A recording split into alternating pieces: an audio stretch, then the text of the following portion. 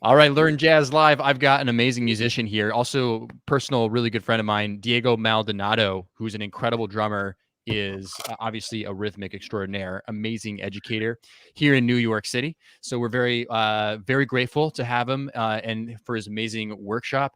So Diego, thank you for being here at Learn Jazz Live, my friend. No, man, thank you. I mean, it is always a pleasure for me to be here and share whatever I know. So, dude, anytime. Yeah, My pleasure.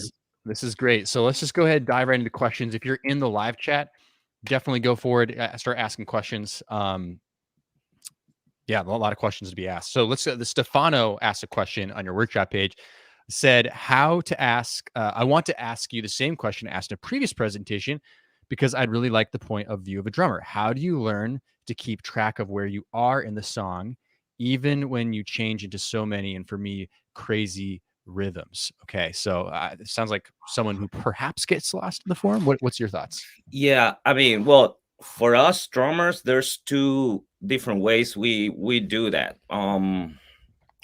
The first one and the one that I recommend the most and the most musical one is if you're playing standards, just learn your tunes, right?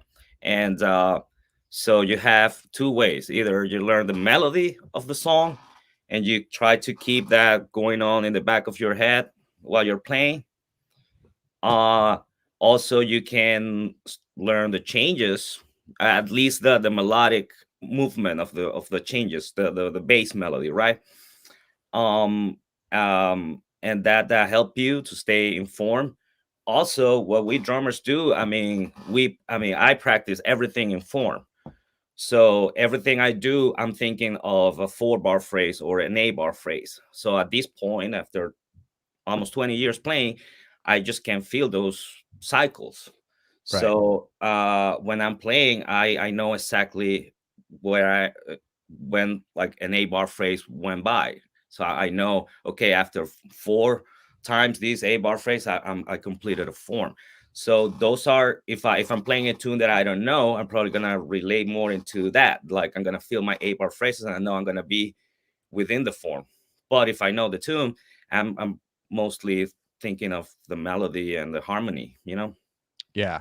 So it sounds to me from I'm trying to pick out some things. So definitely having a strong recognition of the harmony itself. Like, so if, I mean, if you're getting lost, right, listening, if you can recognize the harmony, that's going to help you get Exactly. back on, right? Yeah, yeah, yeah. Um, and so would you recommend, I'm wondering, so I'm trying to tie into when you're talking about you're used to playing 4 to 8 bar phrases. Would you recommend folks practice, for example, melodic lines that are 4 to 8 bar phrases and be very cognizant of that? Or That could help. Yeah. Obviously. I mean, if you listen to standards, you get that phrasing right away. I mean, standards are built mostly on 8 bar phrases, right? right, If you hear how the melody goes, you know, and the function of the harmony, right? And usually you see how it develop creates tension, then the release, and then you feel that again, and that works together with the harmony. So, and those phrases are built in 8 bar phrases. So if you understand what's going on there, and you can start feeling that, and you're playing, then it's going to be way easier. But yeah, I mean, another thing that you can do is just start practicing, even if you are not thinking of a melodic or harmonic a pattern or whatever. Just try to count your bars and start practicing things counting bars. So at some point when you get used to it, then you're going to start feeling them. And that's what I do, because I don't have in my instrument, I don't have pitches, right? So I'm working with rhythmic patterns. So back in the days when I used to practice, I was counting my bars and make sure I was counting 1 2 3 4 2 2 3 4 3 4, and then back. And then at some point, I feel that cycle, so I don't have to think about yeah. bars anymore. And you talked a lot about in your workshop how like listening to records, listen to records, Exactly. practice with records.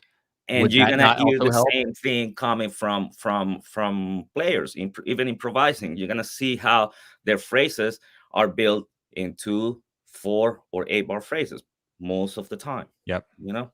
100% agree. Here's Yeah. another question from Mark. And the question is, what is the best way to practice playing behind or after the beat? Okay, well,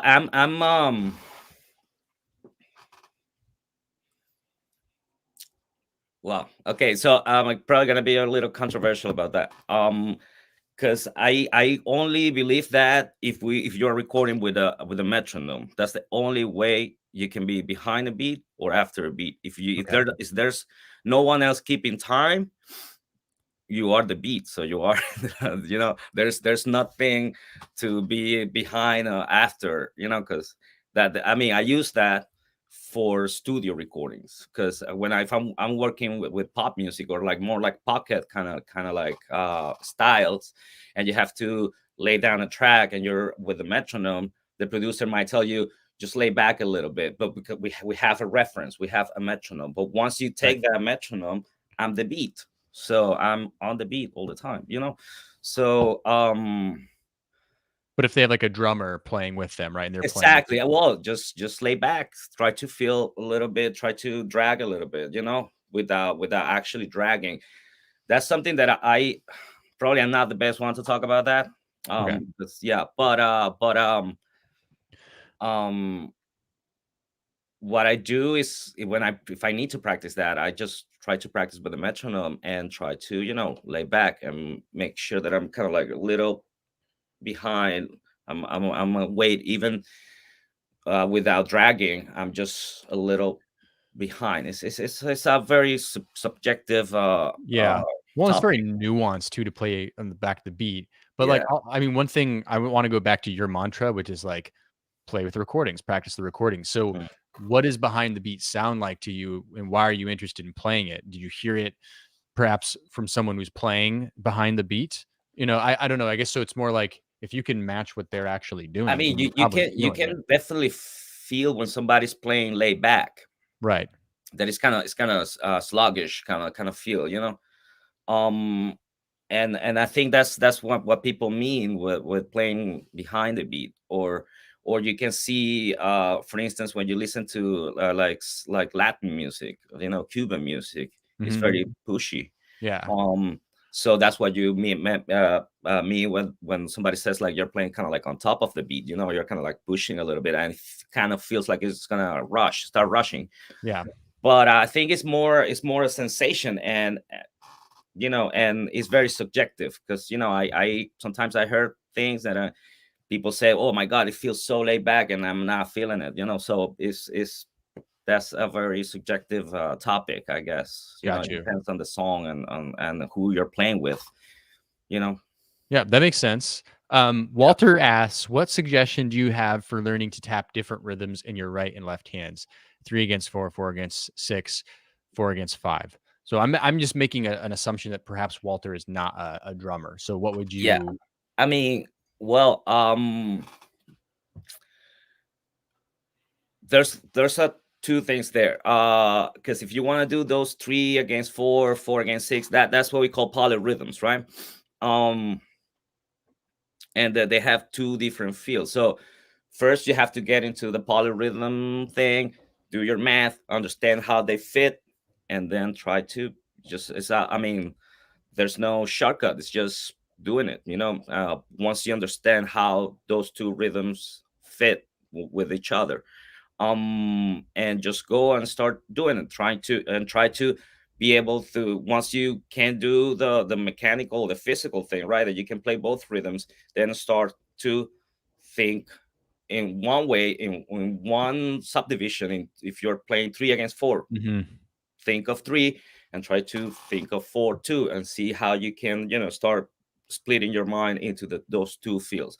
Another thing you can do, and I would suggest that if you want to start practicing these kind of exercises, you can go with simpler rhythms. And well, I have a bunch of exercises like that in my book, Mhm. that you can just play one, like one kind of a triplet subdivision. I like just three triplets, like 1 2 3 1 2 3, and in another hand you can play the second and the third triplet, right? So 1 2 3, you're playing 1 2 3 1 2 3 in one hand, and the other one is 1 2 3 1 2 3. So 1 2 1 2 3 1 2 3 1 2 3 1 2 3 1 2 3.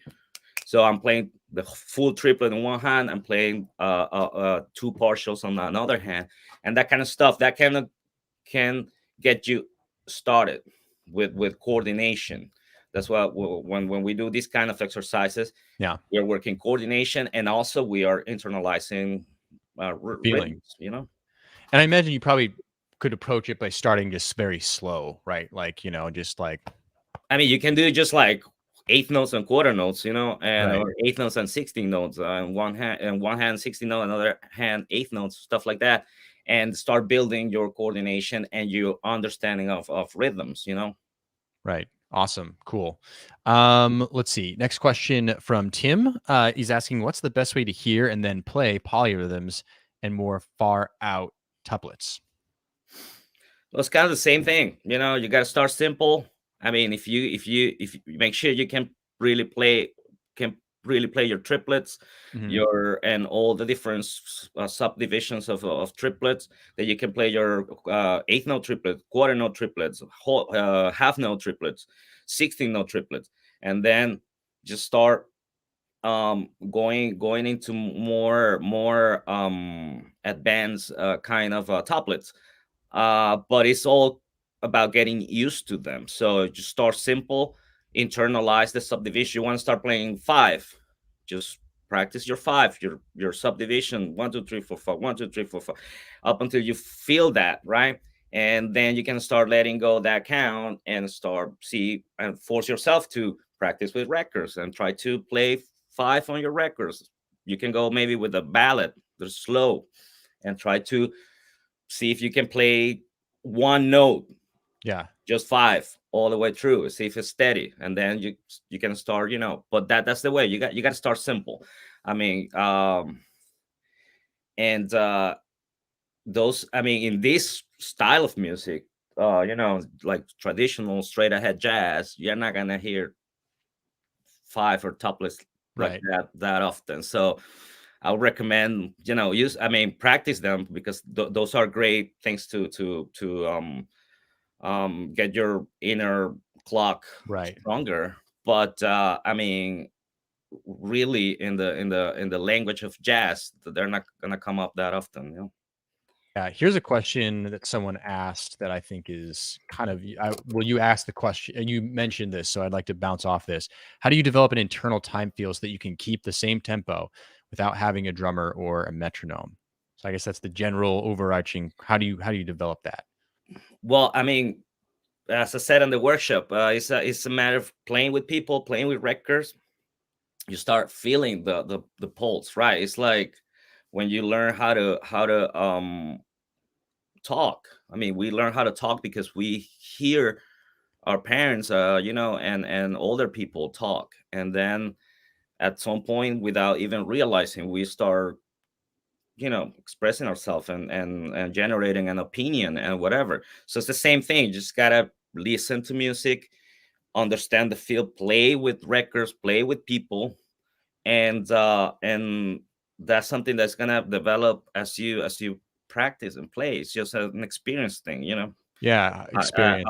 I think each music style has its own thing. So if you want to be a rock musician, just play along rock records. So you develop the sound and the pulse and how that feels. If you want to be a jazz musician, do it with jazz records. And I mean, we have we are lucky that we have all these recordings now, and we can just listen to any recording pretty much, you know, and we have them available at the tip of our fingers. So take advantage of that. Just listen to records and start to understand how the rhythms in that record they feel within a pulse, and just try to analyze that and practice with them, you know. Yeah, I think one big thing that I pulled away from your workshop, well, was the records, the records, the records, but Hmm. the deeper level from that was that yes, there are technical things we can be working on, but a lot of this is feeling. And so, like you mentioned the word experience. So you have to experience it to sort of get it. So, Yeah, yes, there's certain things you can do and exercise you can do, but that experience is priceless. exactly. And that's the thing. I mean, Going out to play with people is not as easy. It's sometimes hard to find people to play with, and people that can actually teach you something. So records are a great tool because we can just listen and play along with masters and get the same thing. Okay. Here's a question from Lana, and I'm not sure if you understand this one or not, but we'll put it up. Hi, as a pianist, how to come well together with a drummer if you want fermatas or longer melodic expansions. When gets off beat, I mean, my previous drummer never liked those, and metronome was law. Do you understand what she's saying? I don't want to try if you want for matters or longer melodic expansions. Um, I mean, I guess she's saying like when you're playing kind of like free, there's no time, and you want to kind Mm, of like hit stuff with the drummer. I think that's just communication on stage. Um, it's because if I mean, a fermata doesn't have tempo, so right, it's right, all about communication and making sure that your cues are clear and and um you have eye contact with the rest of the band. I think that's a more a performance technique than anything else. right. Yeah. Communication. I'm wondering if you understand this one. Walter George, he says, noticed you're using conocall a lot. Could you talk about how you use it and apply it to Western jazz? Do you know that term? Yeah, Kanakal is an Indian style of singing rhythms and stuff. I'm not an expert on Kanakal. Honestly, I studied that a little bit.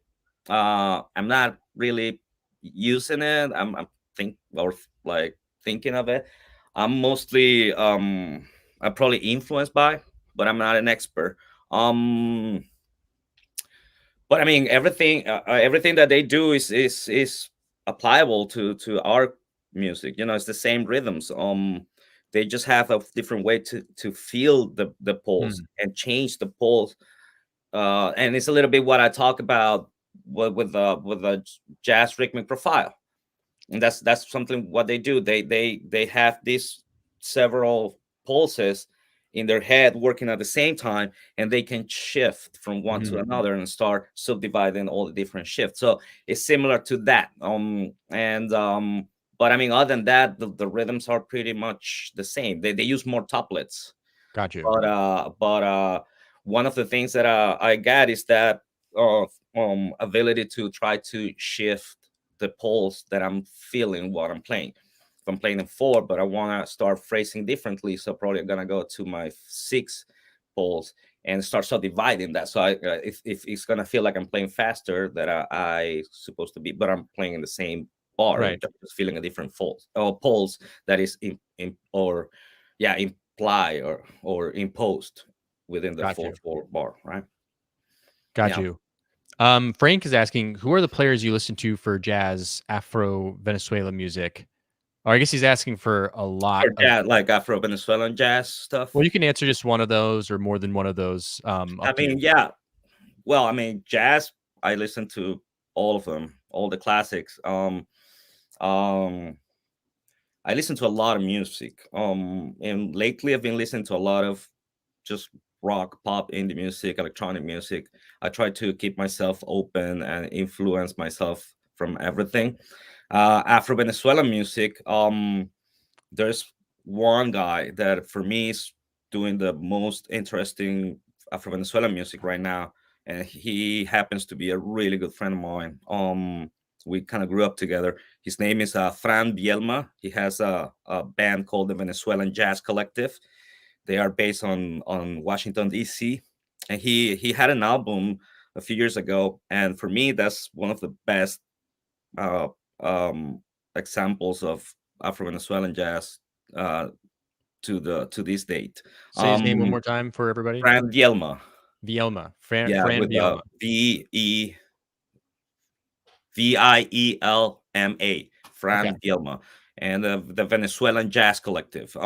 It's a great record, and it's a great So I mean, Latin jazz. I listen to a lot of Brazilian music, Cuban artists. Um, you know, um, uh, Chucho Valdez is a great exponent. Drummers like Horacio Hernandez, like Daphne Prieto. Daphne Prieto is a great composer too. His records are amazing. Um, so yeah, I mean, I'm listening to a lot of music. I mean, it's hard to just name a few. Yeah. Mhm. I'm. This is a great comment for Walter George. The longing for some more hand holding for listening to tunes. It's funny because I'm thinking about like I've listened to so many records with you. It's like I know what it feels like to listen to records with Diego Maldonado. So it's funny. Will is asking, thanks for the amazing workshop. When Oh, working with a record, how long do you stay with one particular album or track before moving on? well, I mean, depending. I mean, if I'm I'm gonna stick to one record if I want to learn something about a specific musician. If I'm transcribing, I want to get the his vibe. I'm gonna stick to one record, and I mean, sometimes I spend months just listening to one record over and over again. Uh, but if I'm just practicing rhythms, I don't care records. I'm just like trying just to play along with records and just keep playing and going to one track another. Probably remember one track that I like, I go back to that track, and I just because I'm mostly practicing and playing with them, so I don't care which record. But if I want to get something out of a specific player, yeah, I will stick with one record sometimes for months. Yeah, cool. Um, we're at time, but we have a break for the next hour. Do you mind answering like another question or No, so? no, not at all. Okay, cool. Just wanted to respect your I time. mean, here's that we have a snowstorm, so I'm free all day. Yeah, I shoveled my driveway this morning, and you can't even tell that I did it. It's it's probably what I'm going to do between the breaks. When bassists play so Walter is saying when bassists play ahead or behind the beat, are you acting as the metronome and playing on the beat? Does that make sense to you? Yeah, I mean, well, as I said before, if there's not a metronome, pretty much the drummer is gonna be the main beat. So if somebody's playing behind or after, or yeah, after the beat, it's gonna be after or behind my beat. Mhm. Um, uh, So you call yourself the primary, what would you say? The primary, what would you say? I mean, the keeping time is Everybody's everybody's job. responsibility, right? On the band. But yeah, I mean, I'm the one giving it more obvious. Like, is the obvious timekeeper is the drummer, right? So it's one of my responsibilities to express that time the best I can. Uh so that question, it depends though. Sometimes I don't want to fight with my bass player, you I know? was literally about to ask you, what do you Yeah. prefer when you're playing with the bass player? What do you prefer? I mean, I Like, don't want to fight with my bass player. If he's a little on top of me, I'm probably just gonna move with him and have fun, right? right. Or the same thing. If behind, I'm probably gonna lay back a little bit and try to lock in and make things sound good. Um, Obviously, if something really bad, I'm gonna have a really hard time. Probably I'm gonna want as I mean, sometimes I'm gonna go with them, or sometimes I'm gonna be like, dude, keep it here, or otherwise we're gonna just get lost. We're gonna end up the song 380 BPMs, right? So but I think it's a matter of what kind of jazz you're playing, who kind of people you're playing with. Yeah. Um Usually if you're playing with professional players, that kind of things doesn't happen that often. You Yeah. just lock in right away because they adapt to you as well. So it's a Yeah. conversation. Everybody has to adapt, you Agreed. know, Yeah. and make it happen. So Because yeah, it's a conversation playing jazz. Things are fluid. I personally, as a guitar player, it drives me nuts if the drummer and the bass player sound like they're fighting each other. So it's just, exactly. you know, If I do that, I'm gonna ruin the gig, or it's not gonna be fun. So I'd rather not to start, fighting with my yeah. bass player. I'm just gonna go with it as long as it is not Yep. too bad. Yep. Few more questions. I want to keep, if you don't mind, keep asking because there's some good ones. I Um, don't. so Fritz is asking, are there differences in practicing rhythm for various instruments? For example, I'm a pianist. I mean, no. this rhythms is it's the same thing Mhm. for everyone. You have, uh, for instance, the difference between a drum is that we don't have sustain, right? So I'm all about the attack of the note, because that's what give me. But I mean, sometimes different instruments has a little, they can be more legato sounds and stuff Mhm. like that, because they have sustain and they can just move the when they change one pitch to another, and it's like it can sound really well. So but a drummer can't do that, because if I do that, it sounds like I'm not keeping good time. I'm shake my time is shaking. So but I mean, the general concept of the rhythm is exactly the same. There shouldn't be a difference. Yeah. I would say, like, for like, one thing, if you don't mind me adding, Diego, well, like, No, no. I would say there is, like Diego said, there is no difference, because if you wanna get good at playing rhythmically and have good time feel and all the things Diego talked about, everybody should practice those same things. The Hmm. difference for you is that you can add melodic notes. Like, your job as a pianist is as a comper, so you can play harmonically, rhythmic, and you can play, not that drummers can't, but you can play very melodically, rhythmically. Yeah. So thinking about the fundamentals, but then also thinking about how, like, actually, Diego, you said it did it so well in your workshop where you're showing, like, make it all about the triplet with the triplet, the eighth note rest at the beginning, right? Like, Hmm. like, Yeah. right? Yeah. And just make it all about that. That's a rhythmic motif. And then Yes. just you could fill in notes that you wanna play with that later. So I Yeah. guess that perhaps could be a different application of a way Yeah. you could practice it. Yeah. Um, Exactly. You can add pitches, and as I said before, you can make sometimes, because of the melodic content that you're putting on top of those rhythms, you can stretch the rhythms a little bit more. yeah, That's the only difference yeah, with yeah, like the drummer. We can't do that, because if I start moving my rhythms around, I only have attack. I'm on tack tack tack tack dry hit, so I have to be precise. Sometimes when you're adding that melodic content on top, that allows you to stretch a little bit and still sound beautiful, because the rhythmic content is nice and beautiful. You know what I'm saying? yeah. And that's the same for I think that's the same for every instrument too. It's like a piano, like, as a guitar player, I can't do certain things a piano player can do. Or there's Exactly. certain ways that I Changes. might, like, phrase or articulate something that a piano player couldn't do, or vice Hmm. versa. So I think Hmm. it's interesting because, like, rhythm, each instrument has its own different ways that you can Totally. articulate different rhythms and Yeah. phrase them, which Yeah. I think is what kind of makes it really interesting. Yeah. Um, Totally. Here's a question. Timothy asks, "How can I stop from rushing when I play?" Uh, watch the worship. Just play along with records. That's how you.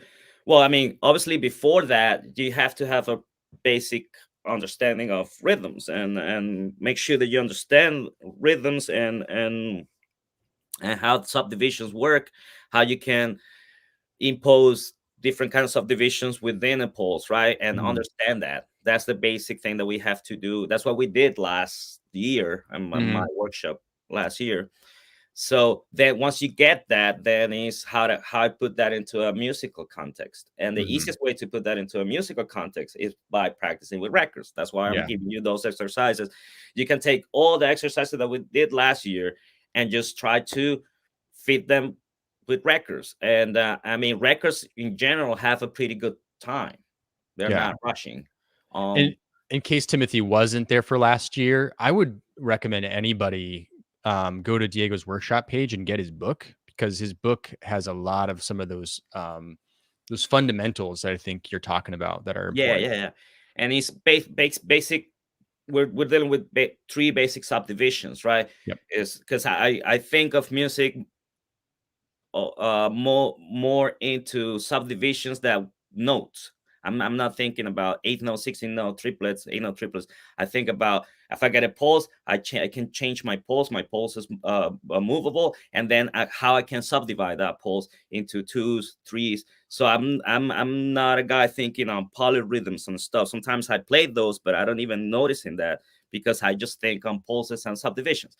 So uh Is understanding that how those subdivisions work, how they feel within a steady pulse, and then applying that to playing with records. And what my you can practice that with a metronome at first. Yeah, that's perfect. You should. But when I talk about practicing with record, and that's what it's because I want you to get a good feel from the get go. Mm. You know, because that's the thing about practicing with records is learning how to fit subdivide these all these different subdivisions in a style of specific style of music that you want to learn. If you want to learn Brazilian music, you gotta notice how the 16 notes or subdivisions of four, they just feel different than they Mhm. feel in rock or in jazz. And so that's the thing. Whatever you want to learn, you have to immerse yourself in and try all the things that you know and get the feel. So you when you play 16 note triplets, whatever you they sound like they belong there, you know? Yeah, yeah, yeah. That's so great. Yeah, and it goes back to I think what you said earlier is it's so much about feeling it, right? Experiencing it. And Yeah, I think another something that I want to also point out, to Timothy and to everybody, it's what Diego's saying to me is a very relieving thing. So he's not necessarily saying, I'm sure you're not saying it, but you're not necessarily saying, well, here's like, 50 different exercises to do with the metronome, right? You're saying go to the records. That's yeah, easy, right? Go to the yeah. records, play with the records. And Hmm. also, for example, if you go to my workshop where I talk about learning solos, right? Well, it's the same thing, right? You're learning how to actually phrase and play, and when you're hearing the way that actually feels on your Hmm. instrument Hmm. and sounds, that's one way to stop rushing. It's because you just start feeling the way that feels, Yeah, yeah, yeah. I love that. Exactly. That's exactly um what I'm talking about. I mean, it's experiences, and playing with other people is gonna give you that. Yeah, love it. I love it. Diego, this has been so good. That was that was one of those workshops that deserves like lots of listens over and over and over again because there's so many great things, especially for harmonic and melodic players to consider that often do not consider but are missing out on 50% of what makes jazz and music so great. So Yeah. thank you for this. This was a great Q&A session. Thanks Oh for going man, over my time. pleasure. Anytime, bro. Just call me and I'll be there. I have something for you. I'll talk to you later. I'll talk to you All later. right. All right. Okay, we're on break right now. We went a little over, but we're on break until 2 o'clock, where Donna Schwartz's workshop is going to be starting, and we'll be back for a live Q&A with Donna at 2:40. So stick around. Hope you guys are taking notes. Go get some food or whatever. That's what I'm going to do, and we'll see y'all back later. All right. Cheers. All right.